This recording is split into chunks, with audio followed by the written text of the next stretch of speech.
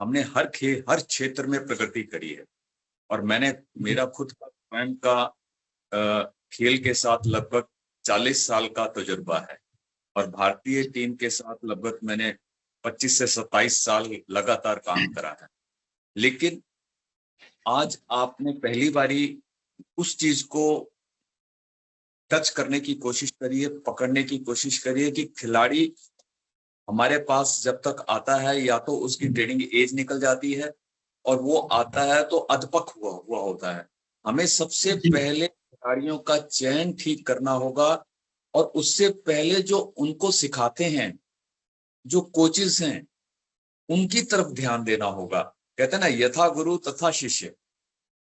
जी sir. अगर अगर आपके गुरु ठीक है, मैं मानता हूं कि हमारे देश में सारे गुरु ठीक हैं और सब जगह है, लेकिन कोई ना कोई समस्या हर इंसान फेस कर रहा है।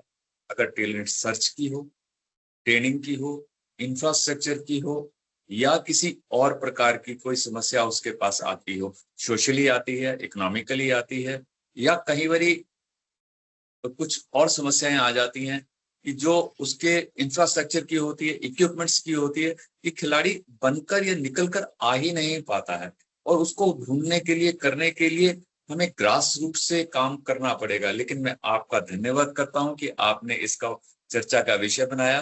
धन्यवाद। एक ऐसा इंफ्रास्ट्रक्चर होना चाहिए जहां पर उसकी बढ़िया तरीके से, मैं कहूंगा कि तैयारी हो, क्योंकि हमारे देश में गवर्नमेंट के सेंटर्स बहुत सारे हैं और एकेडमीज भी बहुत सारी हैं, लेकिन वो एक इंफ्रास्ट्रक्चर मेरे ख्याल से वो हर बच्चे को नहीं मिल पाता सर। बिल्कुल सही बात। सबसे पहले होता है कि सही प्रतिभा की पहचान करना। हम जी इंफ्रास्ट्रक्चर जहां पर है, उस इंफ्रास्ट्रक्चर पहुंचने के लिए हमें एक समय चाहिए। अगर मान लो हमारे घर के पास स्टेडियम है, उस स्टेडियम तक पहुंचने के लिए, या जो वहां पर सरकार का कोच है, वो उसके ऊपर एक बाध्य, सरकार भी उसके ऊपर एक जिम्मेवारी देती है कि आपका रिजल्ट आना चाहिए। उसके ऊपर जी रिजल्ट की होती है। वो सिर्फ उन्हीं खिलाड़ियों को पकड़ता है जो अच्छे होते हैं या चले हुए होते हैं। इधर उधर से खिलाड़ी लाता है और अपने सेंटर को चलाने की कोशिश करता है। तो जो रह जाते हैं वो होते हैं जो बेसिक खिलाड़ी होते हैं, जो बेसिक चल रहा है, जो गांव से आते हैं, जिनके पास टैलेंट है, उनको निकालना है, उनको बनाना है। और वो जो कोचेज उनके साथ करते हैं, हमारे पास ऐसा कोई वो नहीं है कि हम उनको सबको उनको भी लेकर चलें साथ, उनको भी जी साथ लेकर जाता है, उनका भी नाम हो। अगर खिलाड़ी बनाता है, अगर खिलाड़ी का रिजल्ट आता है, तो उन बेसिक कोचेस का भी नाम हो जो उन्होंने बेस के अंदर काम किया होता है। और खिलाड़ी को बनाने के लिए सिर्फ एक कोच की आवश्यकता नहीं होती।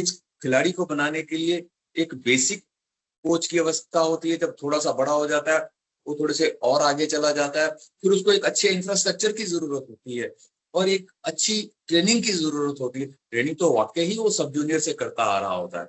लेकिन अगर इसी चीज को हम एक संतुलित तरीके से पूरे, जब वो तैयार हो जाए, अभी हमारे पास हमारे देश के अंदर इतनी सुविधाएं नहीं है, हैं भी पर वो सीमित हैं, पूरे टैलेंट जी तक नहीं पहुंच पा रही है। हमें कोशिश ये करनी है कि आपके प्रयासों द्वारा वो जन जन तक जुड़े, और वो जन जन जो है वो भारत का अंग बने। उसके लिए जरूरी है कि हमें उनको खेल में डालना हो। अगर खेल, बचपन में कोई खेल खेले जाते हैं, जिसे कहते हैं हम हमारे जनजातीय खेल, हमारे बचपन के खेल, जैसे कबड्डी है, कुश्ती है, महाराष्ट्र या उस तरफ मलखम है, तलवारबाजी है, उसकी एक ऐसी चीज, यानी बचपन में उसके सारे टैलेंट, एक खो खो खेल ऐसा है जिसमें सारी चीजें डेवलप हो जाती हैं। बड़ी छोटा सी जमीन चाहिए होती है, वो चाहिए, एजिलिटी तो इतनी बनती है, स्पीड, स्ट्रेंथ, इंडोरेंस, हर चीज की जरूरत होती है उसके अंदर। इन बेसिक खेलों में जब खिलाड़ी बचपन से जुड़ेगा और थोड़ा आगे बढ़ेगा, और तब अच्छे की निगाह के अंदर चढ़ेगा, तो वो अपने आप डेवलप होगा। मेरा ऐसा तो मानना सर है। हमारे साथ बहुत सारे कोचेज जुड़े हैं, ये पैन इंडिया से नए कोचेज हैं। आप ये समझ के चलिए कि इन्होंने अपनी लाइफ में पहले खेला है, उसके बाद आज ये कोचिंग प्रोफेशन में आ गए हैं। तो इनके लिए सर आपको क्या लगता है कि, क्योंकि ना सर एक मैं समझता हूँ, एक वो इंफ्रास्ट्रक्चर या वो एक अप्रोच, ये लोगों को मिलने में बहुत समय लगता है। आप जैसे आपने जैसे बताया कि सर बहुत सारी एकेडमीज गवर्नमेंट की चल रही हैं, सेंटर्स चल रहे हैं, लेकिन बहुत सारे कोच ऐसे भी हैं सर जो अपनी प्राइवेट एकेडमीज चला रहे हैं। तो उन प्राइवेट एकेडमीज को ना बहुत सारी प्रॉब्लम फेस करनी पड़ती है। जैसे आपको पता ही है, फेडरेशन से उनको खेलने के लिए बच्चे तैयार करने के बावजूद भी उनको खेलने की कई बार परमिशन नहीं मिलती, या आप ये कहिए कि वो अपना ऐसा इंफ्रास्ट्रक्चर, अब आप अगर जैसे आपका गेम बॉक्सिंग है सर, अगर हम बात करें बॉक्सिंग का, कोई कोच अगर तैयारी कराना स्टार्ट करता है तो बॉक्सिंग रिंग उसे चाहिए, चलो उसने स्पेस का अरेंजमेंट कर लिया, लेकिन बॉक्सिंग रिंग की कॉस्टिंग कितनी है, या हम कहें बाकी गेम्स में भी अगर ऐसे ही हम इसे कंपैरिजन करते हैं, तो जो इक्विपमेंट है ना सर वो बहुत कॉस्टली पड़ता है। उसमें क्या फेडरेशन या कोई गवर्नमेंट की तरफ से कोई सपोर्ट मिलती है? मैं आपसे सहमत हूँ विजेंद्र जी। जी। अ, जी। मैं किसी दूर ना जाकर मैं अपने पर ही एग्जांपल देता हूँ। जब मैंने जी। खेल शुरू कर तो मेरी इनिशियल पोस्टिंग ऐसी जगह पर हो गई जहाँ स्पोर्ट्स नहीं होता था। कहने को तो बहुत अच्छी जगह है, बेंगलोर में मेरी पोस्टिंग हो गई। मेरे पास ना रिंग था, छोटी सी जगह थी, पर मेरे को पैशन था, मेरे को नींद नहीं आती थी। तो मैंने क्या करा, खेल शुरू करा और जमीन के अंदर वो 4 बल्लियां गाड़कर रिंग बनाया, खेलना शुरू करा। एक दूर जाकर किट लाए, बड़ी मुश्किल से किट मिली, वो कहीं से स्पोर्ट्स डिपार्टमेंट के पास थी नहीं। कहते जी आएगी, हमने ऑर्डर दिया है, पर मैंने कहीं से मैनेज करी अपने उसके साथ, अपने जी। उनके साथ, पर दिल नहीं छोड़ा। और कुछ दिन के बाद जब हमारी नेशनल हुई तो हमें एक सीनियर नेशनल में ब्रॉन्ज मेडल भी मिला, और कर्नाटक की बॉक्सिंग के मेडल्स वहां से पता लगने लगे कि नेशनल में आना शुरू। मेरा इन सब कोचिज से कहना ये है कि जब हम इनिशियल स्टेज पर काम करते हैं तो हमें कई समस्याएं आती हैं, लेकिन उन समस्याओं का समाधान भी हम अपने द्वारा कर सकते हैं। पर अगर हमारी सोच और पैशन कोचिंग जी। का हो, कोचिंग के अंदर एक चीज ये भी देखने को मिलती है कि जब आप कोचिंग के अंदर काम करते हैं तो आप सब कुछ भूल जाते हैं। कोचिंग जो कर रहे बिल्कुल। हैं, तो हम अपनी एकेडमी को सोचें कि मैं इस समय बंद कर दूंगा तो मैं इस समय चला लूंगा, वैसे नहीं होता। अगर एकेडमी अगर रात के 11 बजे तक भी चलानी पड़ती है तो चलाता है। दूसरी तरफ जो सरकारी कोच होता है वो अपने टाइम से आता है और सेंटर बंद करके चला जाता है। यहाँ आपको बिल्कुल। फायदा है। और जो बेसिक में काम करते हैं हमारे कोचेज, इंफ्रास्ट्रक्चर या किसी भी खेल के लिए कुछ ना कुछ तो होना जरूरी है। आप किसी भी जगह किसी भी बड़े खिलाड़ी को अगर देख लें, वर्ल्ड जी के सर। किसी खिलाड़ी को, कुछ चुनिंदा गेमें छोड़कर जैसे कि शूटिंग है, आर्चरी है, लेकिन इनके साथ भी अगर देखा जाए तो कुछ ना कुछ खिलाड़ी ऐसे मिल जाएंगे, जब उन्होंने खेल शुरू करा था तो मूलभूत सुविधाएं नहीं थी, पर उन्होंने अपने बूते से शुरू करा। किसी ने देसी पिस्टल से शुरू करा, पेले ने वो क्या कहते हैं रबड़ वाली बॉल से शुरू करा। हमारे ध्यानचंद जी थे जिनका की नाम वर्ल्ड में लिखा जाता है, वो नंगे पैरी बिल्कुल सर। उसकी खेला करते थे, लेकिन हम कहीं ना कहीं निकले और देश के लिए हमने काम करा। अगर हम देश के लिए ये मानकर काम करेंगे कि मुझे कोचिंग का पैशन है, चाहे किसी भी खेल के अंदर। मैं जानता हूं, एक ऐसे कोच को जानता हूं, वो खो खो कबड्डी के कोच थे, मेरी जी सर। पोस्टिंग कर्नाटक, पर उनका खेल से बहुत लगाव था। वो दिन रात एक करते थे, और उनको स्विमिंग का बेसिकली शौक था, पर वो स्विमिंग एक कोच नहीं थे, और स्विमर अच्छे थे। उन्होंने 2 स्विमर जो हैं हिंदुस्तान के ऐसे निकाले हैं कि जो अर्जुन अवार्डी हुए। और ऐसे ही अगर आप देखें, हमारे पोल वॉल्ट के रोहतक में है वो मास्टर जी हैं, उनके पास कोई ग्राउंड नहीं है, कुछ नहीं है, जमीन में लगाते हैं, गद्दा लगाते थे पहले, उनके पास कुछ नहीं था, वो जमीन पे ही पोल वॉल्ट से जंप करा करते थे। एक खिलाड़ी से मेरी बात हुई, कहता जी जब हमारी हाइट 3 मीटर की जाती थी तो जो जंप लेकर जमीन में गिरना होता था तो हम सोचते थे बस यही बहुत है जी, आगे से कल बाकी करेंगे ट्रेनिंग। इस प्रकार की सुविधाएं ना होते हुए भी हमारे देश के खिलाड़ी आगे निकले हैं, लेकिन अब समय वो नहीं है। अब हमें मूलभूत सुविधाएं चाहिए। अगर हमने विश्व के साथ मुकाबला करना है तो हमें कुछ ना कुछ खिलाड़ियों के साथ, खिलाड़ियों को मूलभूत सुविधाएं होंगी तभी हमारे खिलाड़ी आगे निकल पाएंगे। स्पोर्ट्स इंफ्रास्ट्रक्चर की जरूरत है। जब इंफ्रास्ट्रक्चर बढ़ेगा तो नौकरियां मिलेंगी, और जब नौकरियां मिले और जब खेल होगा तो उसके साथ बहुत सी चीजें जुड़ेंगी। प्रोफेशनलिज्म होगा, खिलाड़ियों का प्रोफेशनलिज्म आएगा, और टूर्नामेंट होंगे तो टेक्नोलॉजी के लिए काम होगा और ट्रेनिंग के लिए काम होगा। और जो अच्छी ट्रेनिंग होगी तो ट्रेनिंग के लिए काम होगा, डॉक्टरों की जरूरत पड़ेगी, साइंटिस्ट की जरूरत पड़ेगी, इवन अब जो उन्होंने कोशिश करनी है आने वाले समय के अंदर कि हर एक स्टेट के अंदर सरकारी रिहेबिलिटेशन सेंटर खोल दिया जाए, क्योंकि खेल खेलते हैं तो चोट भी लगती है, और जब जी। चोट लगती है तो स्पोर्ट्स डॉक्टर का होना भी जरूरी है, फिजियोथेरेपिस्ट का भी होना जरूरी है। इन सब पर वो काम हो रहा है, काम कर रहे हैं। आपके जैसा आप बता रहे हैं सर, तो हमने जैसे पूरे इंडिया में, आपने भी इतने सालों का एक्सपीरियंस है सर आपको, इट मीन्स कि हम ये मान के चले सर कि इंडिया में गोल सेटिंग एकेडमीज का कंसेप्ट शुरू हो रहा है जी।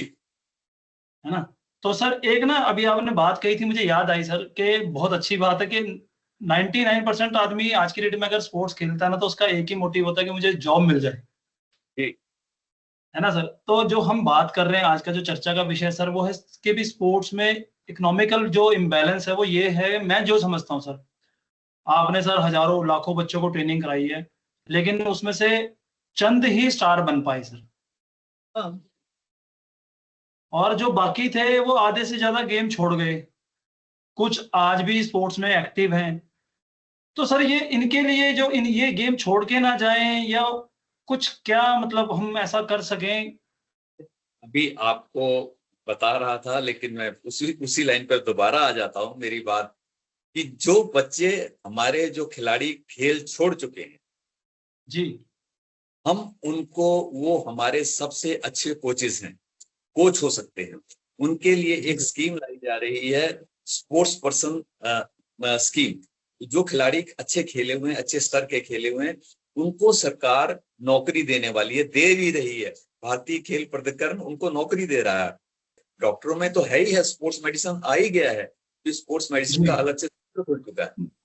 इसको ऐसा कहेंगे सर कि इतने सारे कोर्सेज होने के बावजूद भी ना एक अवेयरनेस नहीं है मेरे ख्याल से, जो स्पोर्ट्स में जो लोग दुनिया, जिस स्पोर्ट्स की दुनिया में है, वहां तक ये मैसेज कन्वे नहीं हो पाता कि क्या डिफरेंस है। एक्चुअली मैं जो समझता हूँ ना सर, स्पोर्ट्स और एजुकेशन में, एजुकेशन को पहली प्राथमिकता दी जाती है और स्पोर्ट्स को दी जाती है एडिशनल सब्जेक्ट की प्राथमिकता। अभी ऐसा नहीं है, पहले कुछ समय तक था। अब ऐसा हाँ। है कि स्पोर्ट्स और एकेडमिक दोनों बराबर है। स्पोर्ट्स के अंदर ज्यादा कैरियर हो जाता है। मेरे पास एक डॉक्टर दंपति आया, कहता कि हमने अपने बच्चे को स्पोर्ट्स खिलाना है। मैंने कहा भाई, ये तो कहता ये अच्छा पढ़ भी रहा है, पर मैंने कहा जब पढ़ रहा है तो इसको उसमें कहता नहीं नहीं नहीं, कहता खेलेगा तो ये अच्छा करेगा। और उन्होंने एक ऐसी एग्जाम्पल दी, आप सुनकर हैरान रह जाएंगे। वो हमारी बॉक्सिंग से ही है डॉक्टर, मैं नाम नहीं लेना चाहूंगा। कहते जी हाँ जी सर। उतना, जितना पैसा मैंने और मेरी वाइफ ने सारी जिंदगी में नहीं कमाया, एक ओलंपिक मेडल आने के बाद इस खिलाड़ी ने पहले झटके में उससे ज्यादा कमा लिया। तो पर सर एशियन हर कोई ओलंपिक तक नहीं पहुंचता सर। गेम में आ जाए, कॉमनवेल्थ में आ जाए, किसी जगह आ जाए। और इवन इफ तो आजकल तो कुछ स्टेट ऐसे हैं जिन्होंने स्टेट गोल्ड मेडलिस्ट होने पर भी 1 लाख रुपए दे देते। जी, ये अच्छा, ये अच्छी शुरुआत है। हाँ सर। 1 लाख आप स्टेट का गोल्ड मेडल लाइए, 1 लाख रुपए लीजिए। और फिर जो चेंज ऑफ स्पोर्ट्स पर्सन है वो भी शुरू हो गया है कि आपका अच्छा खिलाड़ी, खिलाड़ियों ने कर दिया, कोचेज ने कर दिया, एसोसिएशन ने कर दिया कि आप एक समय खोलते हैं कि वो अब खिलाड़ी वो चेंज हो सकता है। सर जैसे आपने तो एजुकेशन डिपार्टमेंट के साथ भी कई साल काम किया है, स्पोर्ट्स डिपार्टमेंट में आप रहे ही हैं, तो सर एक एजुकेशन डिपार्टमेंट में सर सबसे जो मतलब अगर हम बात करें ग्रास रूट पे बच्चे को तैयार करने के लिए, तो वो बीपीएड एमपीएड जो हमारा फिजिकल टीचर होता है, उसकी रिस्पॉन्सिबिलिटीज होती है कि वो बच्चे को स्कूल में फिजिकल एक्टिविटी में एनरोल रखे।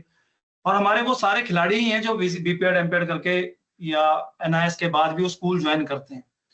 तो सर वो लोग है ना, मतलब मुझे ऐसा लगता है शायद कि वो अपनी रिस्पॉन्सिबिलिटीज पूरी नहीं निभा पाते हैं, या क्या होता है, वहां से भी एक ऑब्स्टेकल जो है ना बच्चे की लाइफ में रहता है, क्योंकि पढ़ाई का जो बर्डन है ना, वो बहुत ज्यादा है कि गेम वाला बच्चा है इसको अलग ट्रीट किया जाता है, और पढ़ाई वाले बच्चों को अलग ट्रीट किया जाता है। फिर वहां पर फिजिकल फिटनेस जो हमारे इंस्ट्रक्टर होते हैं वहाँ, कह लो पीटीआई टीचर जो है, उनका जो कंपैरिजन बच्चा देखता है कि साइंस टीचर के साथ किस तरह से बिहेव किया जाता है और एक फिजिकल टीचर के साथ किस तरह से बिहेव किया जाता है, या रोल एंड रिस्पॉन्सिबिलिटीज की बात करें, तो वो बहुत ही अलग तरीके की होती हैं। तो आप आपका इसमें क्या कहना है सर, कि फिजिकल एजुकेशन टीचर को कितना मतलब एक्टिव होना चाहिए, और अपने गेम तो एटलीस्ट कम से कम वो कराने चाहिए? मैं अभी, मैंने थोड़ी देर पहले कहा था कि एजुकेशन और स्पोर्ट्स अब बराबर दर्जे के आ गए। पहले उनको जी पीटी फिजिकल एजुकेशन टीचर बोला जाता था, अब वो लेक्चरर नहीं, लेक्चरर हो गए, फिजिकल एजुकेशन के लेक्चरर हो गए। वो क्लासेस ओके। पढ़ाते हैं, वो फिजिकल जी जी सर। एजुकेशन हो चुका है। एक जैसे मैथ सब्जेक्ट है उसी प्रकार खेल भी सब फिजिकल एजुकेशन एक सब्जेक्ट है, उसमें पास होना भी जरूरी है। जैसे मैथ में नंबर मिलते हैं, इसमें भी नंबर मिलते हैं, उनका दर्जा बराबरी का है। और उनके ऊपर पहले आपने कहा था कि वो इतना ध्यान नहीं देते, अब उनके पास सब खेलों का प्रतिनिधित्व करने का जुम्मा होता है कि वो सारी खेलें खिलाएंगे। वो अब जी एक टीचर जितना हर खेल को वो क्या करते हैं, टीम बनाते हैं और टीम को अलग, जो मैंने देखा है वो टीम बनाते हैं और अलग अलग जगहों से कोच हायर करते हैं और उनको मौका देते हैं ट्रेनिंग करने का। अब समय बदल गया है, मैंने देखा है कि स्कूल के साथ कोचेस का टाई अप है, अच्छे कोचेस को स्कूल में बुलाया जाता है और उनकी ट्रेनिंग दी जाती है। यहाँ कोचेस को मंथली वाइज और घंटे के हिसाब से पे आउट, पेमेंट, घंटे पे आउट किया जाता और जब ऑल इंडिया या स्टेट स्कूल के अंदर उनकी टीम खेलती है तो जिनके उनको नंबर होते हैं उनके नंबर मिलते हैं उनको कि भाई ये नंबर इनको दिए जाते हैं। और जो फिजिकल एजुकेशन का रोल, टीचर्स का रोल है, वो एक बच्चे के साथ नहीं सारे बच्चों के साथ मिला होता है। और वो बहुत एक जैसे कहते हैं ना फादरली फिगर होता है स्कूल का, कि जिसके साथ उसका अटैचमेंट होता है। और कहीं से भी अगर खिलाड़ी निकलता है तो नाम स्कूल का होता है, फिजिकल एजुकेशन टीचर का होता है। उनका रोल अब पहले से ज्यादा बढ़ गया है और उनके ऊपर जिम्मेवारियां ज्यादा हो चुकी हैं और वो अच्छा से अपना काम भी कर रहे हैं और अच्छे खिलाड़ियों को निकल भी रहे हैं। और मैंने ये देखा है कि जो फिजिकल एजुकेशन टीचर जिस खेल से आया होता है उस खेल का बढ़ावा तो वो करते ही करते हैं, उसको तो है। अवश्य जी लेता है, पर्सनली तौर पर लेते हैं। और लेकिन बाकी खेलों का भी वो उद्धार करते हैं और उनके साथ अच्छा व्यवहार करते हैं, ये मेरा मानना है। लेकिन आपने एक चीज शुरू में कही थी कि स्कूल के अंदर टीचर्स एजुकेशन का और खेल का जो समन्वय है वो नहीं है, उसका मैं जवाब देता हूँ। क्योंकि मैं चंडीगढ़ से हूँ, जी पहले ऐसा होता था कि बच्चा खेलने जाता था तो पीछे से एग्जाम हो रहे हैं तो उसको एब्सेंट लग जाती थी। एक दिन जी सर। जी हमारी मीटिंग हुई तो ये रूल मेरा ख्याल है कि सब जगह लागू हो चुका है। मीटिंग हुई और एक हमने भारतीय खेल प्राधिकरण में भी इसको कहा था, उन्होंने भी प्रत्येक खेल के अंदर कर दिया। अगर बच्चा कहीं खेलने जाता है और वो स्कूल का एग्जाम है तो उसका इकल्ले का एग्जाम बाद में लिया जाएगा, उसको ऑन ड्यूटी ट्रीट करा जाएगा उन स्कूल बच्चे को कि वो स्कूल का नाम या स्टेट का नाम खेलने गया है और नेशनल खेलने गया। जब वो आएगा तो उसका एग्जाम अलग से होगा और उसको ग्रेस मार्क, उसको टाइम दिया जाएगा पढ़ने के लिए और वो पढ़ेगा, अपना एग्जाम अलग देगा। ये दूसरी तो बहुत बात, अच्छा है। मैं शायद दूसरी इसके बारे में बहुत सारे लोगों को नहीं पता। बाहर का कोई बच्चा है यहाँ अप्लाई करता है जॉब के लिए हमारे इन तीन में, तो उसे बहुत सारी समस्याएं आती है कि भाई आपकी तो ग्रेडेशन ही नहीं है, आपने कैसे कर दिया। ये एक छोटा सा मेरा क्वेश्चन है सर, कि इसका कोई सोल्यूशन मिनिस्ट्री सोचती है या क्या, कैसे करें इसे? उसके लिए नहीं है, उसके लिए जो उसका सर्टिफिकेट होता है उसको जी कंसिडर किया जाता है। जो उसका सर्टिफिकेट जिस लेवल का होता है उस लेवल पे उसको कंसिडर किया जाता है। मान लो ठीक है जो सर। अब तो ये अब तो ऐसा नहीं, अब तो हर स्टेट में ऐसा है कि जो पहले उनके स्वयं के बच्चे होते हैं वो प्रेफरेंस जी उनको देते हैं। अगर कोई एक्स्ट्रा ऑर्डिनरी बच्चा बाहर से आ रहा है, एक्स्ट्रा ऑर्डिनरी बच्चा, तो नेचुरल जो एक्स्ट्रा ऑर्डिनरी है उसको वो प्रेफरेंस देंगे ही देंगे। जो राष्ट्रीय स्तर का है या अंतरराष्ट्रीय स्तर का है वो बाकियों से अच्छा, और उसको उसका वो जो उसके सर्टिफिकेट है उसको वेटेज देंगे और उसको एडमिशन पहले देंगे। और ट्रेडिशन का तो एक फायदा ये है कि एक स्तर निर्धारित कर दिया जाता है। जैसे 50 खिलाड़ी हैं, 50 को एक स्तर में खेले हो कि भाई आप इतने नंबर हो, इतनी इतनी परसेंटेज मिल गई। आप जिसकी अब एजुकेशन में जो नंबर स्पोर्ट्स की ग्रेडेशन इतनी है और स्पोर्ट्स में एजुकेशन में कितनी है, जो एजुकेशन में ज्यादा होगा उसको एडमिशन मिलेगी। और उसी हिसाब से कॉलेज दिए जाते हैं, नंबर 1 को इधर, नंबर 2 को इधर, नंबर 3 को इधर। और जो जिस स्कूल उसमें डिवाइड होते हैं, जैसे उसमें डिवाइड होते हैं उनको उस जगह रखा जाता है। तो ये एक अच्छा, बहुत ही अच्छा तरीका है कि आप खिलाड़ियों को डायरेक्ट एडमिशन के लिए प्रेफरेंस देते हैं। नौकरियों में सरकार ने जो फर्स्ट क्लास के जो सेकंड क्लास की नौकरी है और थर्ड क्लास की नौकरी है उनमें सरकारियों के लिए कोटा निर्धारित कर दिया। इवन जी सर। पूरे भारतवर्ष के अंदर देखने में आ रहा है कि अगर ओलंपिक या एशियन गेम्स में मेडल ले आओ तो सीधा, अगर जैसे पुलिस में है तो डीएसपी की नौकरी दे देते हैं। योगी जी ने कहा था, लड़की कह रही थी जब वो दौड़ती आ रही थी एशियन गेम्स के अंदर, कहती मुझे कुछ नजर नहीं आ रहा था। वो उससे सवाल पूछा कि मुझे कुछ नजर नहीं आ रहा था, मुझे तो वो नजर आ रहा था कि मुझे फर्स्ट आना और डीएसपी लगना है।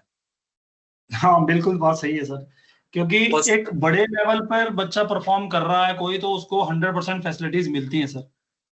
और वही जो हमारा जो मेन मुद्दा है स्पोर्ट्स पे चर्चा, उसका यही मोटिव है कि जो मूलभूत सुविधाएं हमें बाद में दी जा रही हैं, उनके पहले मिलने के चांसेस, जैसे आपने कई चीजों पे हमें बताया कि ये चीजें अब गवर्नमेंट शुरू कर रही है, मेरे ख्याल से अभी तक ना लोगों में इसकी अवेयरनेस ही नहीं थी सर। अगर मैं कहूँ, मुझे भी इसके बारे में नहीं ज्ञान था। जैसे कोई, हम ये कहते हैं कि प्री लर्निंग का कोई कंसेप्ट नहीं है स्पोर्ट्स में, मतलब प्री टू प्री बहुत एक, अगर आप बात करें सर, आपने बॉक्सिंग में इतने साल लगाए हैं, तो उस एक कम्युनिटी बॉक्सिंग की कोई ऐसी नहीं है जहां पर टॉप टू बॉटम की अगर हम बात करें, कोई खिलाड़ियों का या कोचेस का या कोई एसोसिएशन का एक ऐसा मंच हो जहां एक बार जो मैसेज कन्वे हुआ है वो हर छोटे बच्चे तक भी पहुंच रहा हो। एक मैं कम्युनिटी की हम बात कर रहे हैं, स्पोर्ट्स कम्युनिटी। मैं आपकी बात से सहमत हूँ। ये एक जो जरूरत है, ये बहुत बड़ी जरूरत है जिसको कहते हैं संगठित खेल समाज। बिल्कुल सर। संगठित खेल समाज नहीं होगा तब तक ये नहीं हो सकता। उसके लिए खेल एजुकेशन होना जरूरी है। आजकल इंटरनेट का जमाना है और जो ई कॉमर्स का जमाना है। ई कॉमर्स एक ऐसी चीज है, आप अपनी छोटी छोटी चीज, जैसे अगर कोई चीज मुझे पता है या मैं जानता हूं, मैं अपने अपने ग्रुप बनाए जाए, समूह बनाए जाए, और उसमें अगर मैं उसको देता हूं, ना कि गुड मॉर्निंग ये चीज मैसेज देने के लिए नकली, हम खेल के मैसेज डालें, हम खेल के प्रति सजग हों, और खेल की जो हमारी सुविधाएं हैं, जो हमारी चीजें हैं, उसको हम एक दूसरे के साथ आदान प्रदान करें, हमारी नॉलेज बढ़ेगी। और नॉलेज तो एक ऐसी चीज है, जितनी जल्दी जितना ज्यादा बांटा जाए, और ज्ञान कभी खत्म नहीं होता। अगर मैं कहूँ जी मैं सर्वश्रेष्ठ हूँ, ये मूर्खपन। जी जी अगर जी सर। इंसान बोलता है कि मैं सब कुछ जानता हूं, नहीं, नो मैन इज परफेक्ट। और कोचिंग का कहीं अंत नहीं है। मैं 40 साल से कोचिंग कर रहा हूं, मैं आज भी ऐसा महसूस करता हूं कि मेरे को कुछ नहीं आता खेल के कोचिंग में। जब तक आपकी सीखने की भावना ना चलती रहेगी, तब तक आप बढ़ते रहोगे। और मैंने ये देखा है कि मैं कभी भी, अगर मैं अपनी बात बोल रहा हूं, मैं दूसरे की नहीं बोल पाता, कि मुझे जब भी खिलाड़ी को देखता हूं तो मैं कभी गलती नहीं ढूंढता। मैं सबसे पहले ढूंढता हूं कि इसके पॉजिटिव पॉइंट क्या है। जी अगर बिल्कुल उसके सर। पॉजिटिव पॉइंट ठीक कर दिए जाएं, और जितने साथी मेरे सुन रहे हैं, मैं उनको भी ये कहना चाहूंगा कि अगर पॉजिटिव पॉइंट इतने ज्यादा बढ़ा दिए जाएं, गलतियां आपो आप छुप जाती। जी गलतियां बिल्कुल सही कह। हम अपने पॉजिटिव को लेकर चले, हम अपने आप को लेकर चले। गलतियां तो कोई भी बता देगा। चौराहे पे खड़ा हुआ एक आदमी, मैं आपको बताता हूँ, मैं एक वाक्य शेयर करता हूँ। मैं एक अपने बार्बर के पास जाया करता था, तो हमारा खिलाड़ी एक अखिल ओलंपिक में हार गया। तो वो मेरे साथ बैठा, उसने कहा सर वो उसने पहले अटैक शुरू कर दिया इसलिए हार गया, थोड़ी सी वेट कर लेता। तो उसकी एक गलती थी। यानी मुझे इतनी हैरानगी हुई कि ये देखो, इसको खेल का नहीं पता, लेकिन ये गलती निकालने के लिए बैठा है और सोच रहा है, और हम्म। अवेयरनेस खेल के साथ तो जुड़ा है, लेकिन कुछ ना कुछ तो सोच रहा है। मैंने कहा उसकी अच्छाई तो बता, कोई अच्छाई नहीं बता पाया वो, लेकिन गलती वो बता गया। तो इसलिए आप अपनी अच्छाइयों पर काम करिए, अपनी पॉजिटिवनेस पर काम करिए। जब आप अपनी पॉजिटिव चीजों पे काम करोगे, आप आगे बढ़ोगे, और जब आगे बढ़ेंगे तो आप एक सशक्त स्पोर्ट्स पर्सन बनोगे।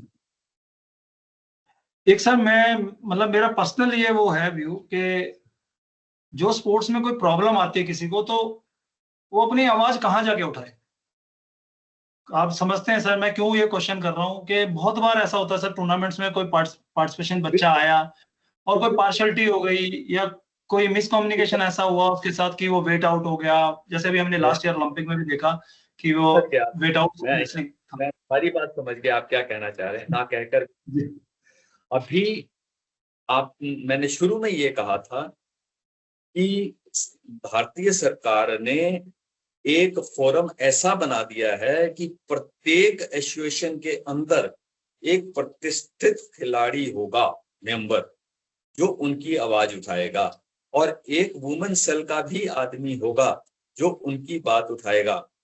खिलाड़ी अपने जो प्रतिनिधि है उसको बोलेंगे और वो उनकी आवाज उठाएगा, उनकी आवाज सुनी जाएगी। बहुत सर, ये तो एक मतलब जो हमारे इंडिया में जो इतनी सारी फेडरेशन बन गई है उनके लिए एक अच्छा इनिशिएटिव जो गवर्नमेंट की तरफ से आ रहा है कि वो मर्ज होके काम करें ताकि बच्चों को बेनिफिट मिल सके। सरकार ने एक लिस्ट निकाल भी दी है, मेरा ख्याल 12-13 ज्यादा एसोसिएशन हैं जिनका स्पोर्ट्स अथॉरिटी ऑफ इंडिया ने निकाली है एक लिस्ट की, इनका कोई नहीं है। एक ओलंपिक एसोसिएशन ने निकाली है कि जो अपने नाम से कई ओलंपिक एसोसिएशन बनी हुई हैं, उनका ओलंपिक एसोसिएशन से लेना देना है, उसके साथ अपडेट रहें। और आप भी कोशिश करिए कि उनको भी अपने इसके अंदर जो आपकी ये जो आगे से उसको लिस्टों को भी आप इनको पब्लिश करते रहिए कि जो अब आपके साथ जुड़े हैं उनको इसका फायदा मिलता है। बिल्कुल सर। तो हमने सर इतनी सारी प्रॉब्लम्स के बारे में अभी आज चर्चा करी है, तो जितने साथी जुड़े हैं हमारी इस चर्चा से, तो मेरा जो मेन मोटिव अगर आप बात कहें ये सारी चीजें शुरू करने का, वो एक ही है सर के स्पोर्ट्स के अंदर जो इकोनॉमिकल इम्बैलेंस की हम बात कर रहे हैं, या हम कहें कि कोई इकोसिस्टम की बात कर रहे हैं, या वॉइस ओवर की बात कर रहे हैं, या कोई प्लेटफॉर्म ऐसा स्टेबल नहीं है, उसके लिए हम काम कर रहे हैं। तो जो मेरे साथ हमारी टीम है, एमशाला हमारा टाइटल स्पॉन्सर और अल्फेरिक कंसल्टेंट प्राइवेट लिमिटेड हमारा टेक्नोलॉजी पार्टनर है, हमने सबने मिलके फैसला ये किया कि कुछ ऐसा शुरुआत करनी चाहिए जिससे लोग कम से कम जुड़े। बेसिकली सर मैं जहां तक समझता हूँ कि स्पोर्ट्स में ना कम्युनिटी, जैसे मैं खुद एक खिलाड़ी रहा हूँ सर, आपने देखा है कि होता ही है एक खिलाड़ी ना सर, वो किसी भी राज्य का हो, उसका सर्कल जो दोस्ती का है ना वो पैन इंडिया हो जाता है जब वो नेशनल या इंटरनेशनल लेवल तक परफॉर्म करता है या स्टेट लेवल भी परफॉर्म करता है। तो वो जो एक वो कम्युनिटी बिल्ड करता है ना सर, वो कम्युनिटी कुछ समय तक ही रहती है उसके साथ जब तक वो खेल रहा है। अगर उसने खेल छोड़ दिया तो वो कम्युनिटी उसके दूर होती जाती है।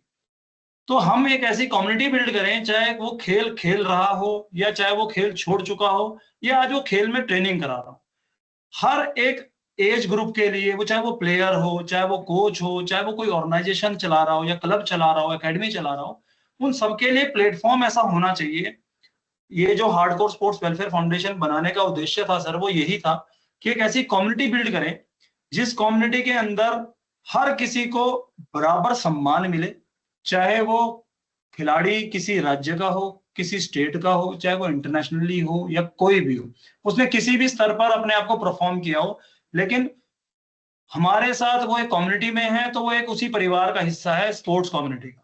मैं ये समझता हूँ सर कि जो जरूरत है वो एक ऐसा इकोसिस्टम बिल्ड करने की जरूरत है जिसमें सब एक बराबर हो, सम्मान हो। उसके लिए सर ये हार्डकोर स्पोर्ट्स वेलफेयर फाउंडेशन जो हमने बनाई है, ये ग्रास रूट पे काम कर रही है। सिर्फ स्पोर्ट्स क्लब्स को, स्पोर्ट्स प्लेयर को, स्पोर्ट्स वॉलंटियर्स को, या कहो कि स्पोर्ट्स के जितने भी जो लोग स्पोर्ट्स से डायरेक्ट इनडायरेक्ट जुड़े हैं, उन सब के लिए एक इंडिविजुअल प्लेटफॉर्म है जहां पर वो अपने आप को ऑनबोर्ड कर सकते हैं और इससे रिलेटेड उससे उनको जो जो बेनिफिट्स मिलेंगे, वो जैसे आप कहोगे भाई उनको एक प्लेटफॉर्म मिलेगा कम्युनिटी का जहां पर वो अपनी बातें शेयर कर सकते हैं, या उनके पास हर वो चीज की अपडेट्स टाइमली आएंगी जो सुविधाएं मिल नहीं पाती।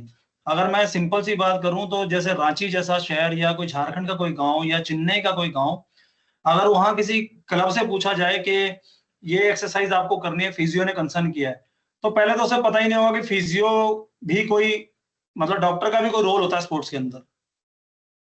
तो हम ऐसे लोगों को फिजियो, न्यूट्रिशन, जो एक प्रॉपर एक न्यूट्रिशन इंडिया के में सर आप लोग हम सब पे प्रेशर डालते हो कि भैया ये डाइट फॉलो करनी है, ये फिजियो से कंसर्न करके ये एक्सरसाइज करनी है, ये नहीं करनी है। लेकिन सर वो जो छोटी एकेडमीज की बात कर रहे हैं ना, वहां के लोगों को पता ही नहीं होता कि ये चीजें भी स्पोर्ट्स में कितनी जरूरी है। या स्पोर्ट्स साइकोलॉजी की हम बात करें तो ये कितना इंपॉर्टेंट एक रोल अदा करते हैं खिलाड़ी को बेहतर खिलाड़ी बनाने में। तो मेरे ख्याल मैं से जैसे आप, हाँ सर, जी जी जी सर। मैं आपकी हर चीज से सहमत हूँ। जी अगर ये माने कि खेल वास्तविक दुनिया का एक प्रतिबिंब है, जी जो असली दुनिया है का प्रतिबिंब है, अगर आप ये कहें कि खेल एक वास्तविक दुनिया ही है, प्रतिबिंब नहीं है, वो खेल जी स्वयं दुनिया है, जो ना कि जाति देखती है, कोई लिंग देखती है, ना कोई देखती है कि जेंडर कौन सा है क्या है, और किसी भी जी धारणा के साथ की अपनी पहचान नहीं है। वो सिर्फ खेल की पहचान है। वो खेल एक ऐसी चीज है जिसमें कि एक सिर्फ एक समूह है, हमारी टीम है। उसमें खिलाड़ी ये नहीं देखता कि मैंने गोल मारना है, वो नजदीक पहुंच जाता है, वो धोखा देके दूसरे खिलाड़ी को पास देता है और खिलाड़ी वो गोल मारता है। और जो कई बार होता है कि सब अधिक गोल मारने वाले खिलाड़ी को पैसा भी मिलता है, वो हाँ वो ये नहीं देखता मैंने पैसा लेना, वो देखता है कि मेरी टीम ने जीतना है। उसी प्रकार ये भावनाएं जो हम सीखते हैं वो खेल के अंदर ही सीखते हैं। और खेल से जो आपने कहा है मैं उसके साथ सहमत हूं कि हमारे पास समानता के साथ कई चुनौतियां भी हैं, और जिसमें सबसे बड़ी चुनौती है वो वित्तीय चुनौती है। वो वित्तीय चुनौती बचपन से शुरू होती है। हमें खिलाड़ी जो मिलते हैं वो मिडिल मिडिल दर्जे के या निम्न दर्जे के खिलाड़ी मिलते हैं जो फैमिली से आते हैं, और उनको डेवलप करना, जिनके पास की मूलभूत सुविधाएं ना हो, शारीरिक रूप से जीन्स रूप से वो बच्चे टफ होते हैं, उनको करने के लिए हमें स्पॉन्सर की आवश्यकता होती है। बिल्कुल खिलाड़ी सर। के जब हम स्पॉन्सर करते हैं तो उसके कई रूल आते हैं, उसके रूल के ज्ञान की हमें आवश्यकता होती है। और जब हम उन रूल्स के साथ आगे चलते हैं कि भाई इसको आगे पैसा कुछ मिले या इसको वित्तीय समस्या ना आए पढ़ाई में, या उसको स्पॉन्सर मिलता है तो स्पॉन्सर की अपनी होती है कि मेरे को ये देना है, मेरे को ये नहीं देना, मेरी यहाँ फायदा मिले। वो दोनों एक चीजें, तो जो पैसा देता है वो अपनी कुछ चाहता भी है। तो उसी प्रकार खिलाड़ियों को कुछ ना कुछ मिलता रहे, कुछ ना कुछ स्पॉन्सर को मिलता रहे। और सबसे इंपॉर्टेंट चीज है इन सब के लिए, खेल तभी चलेगा जब उसके पास प्रशंसक होंगे। जब प्रशंसक नहीं होंगे खेल नहीं चलेगा, ना ही पैसा आएगा। वो उसके जी लिए हम अलग सेटअप करना पड़ेगा। हमें उसके लिए जरूरी है कि प्रत्येक घर में खेल की भावना को डाला जाए। और हमारे पास जो सीनियर सिटीजन्स हैं, अगर हम उनको खेल के अंदर इन्वॉल्व करते हैं, जो जो कहीं काम नहीं करते, जो कुछ नहीं करते, अगर महीने में एक खेल उनके लिए कर दिया जाए, या वो जो सवेरे उठकर वॉक करते हैं वो स्वयं अपने साथ अपने घर में सोने वाले अपने बच्चों को या पोते पोतियों को साथ लाएंगे कि स्पोर्ट्स करो, और वो हमें प्रशंसक के रूप में हमारा मनोबल बढ़ाएंगे। और जब हमारे पास जब उनके बच्चे खेलेंगे और उनको विजयी होंगे निम्न स्तर के अंदर, जमीनी स्तर के अंदर, डिस्ट्रिक्ट लेवल के अंदर, तो जो उनके पेरेंट्स हैं, जो साथी पेरेंट्स हैं, उनसे इनाम दिलवाए जाएं। और वो भी गर्व में महसूस करते हैं। जब मैंने विदेशों में देखा, जो काउंटीज होती है ना, उनके सारे गांवों या जो नजदीक के लोग हैं वो बैठे होते हैं, और वो खिलाड़ी हीरो होता है वहां पर, और हीरो के साथ पूरा का पूरा गांव बैठा होता है। वो नेशनल से ज्यादा जोर लग रहा होता है।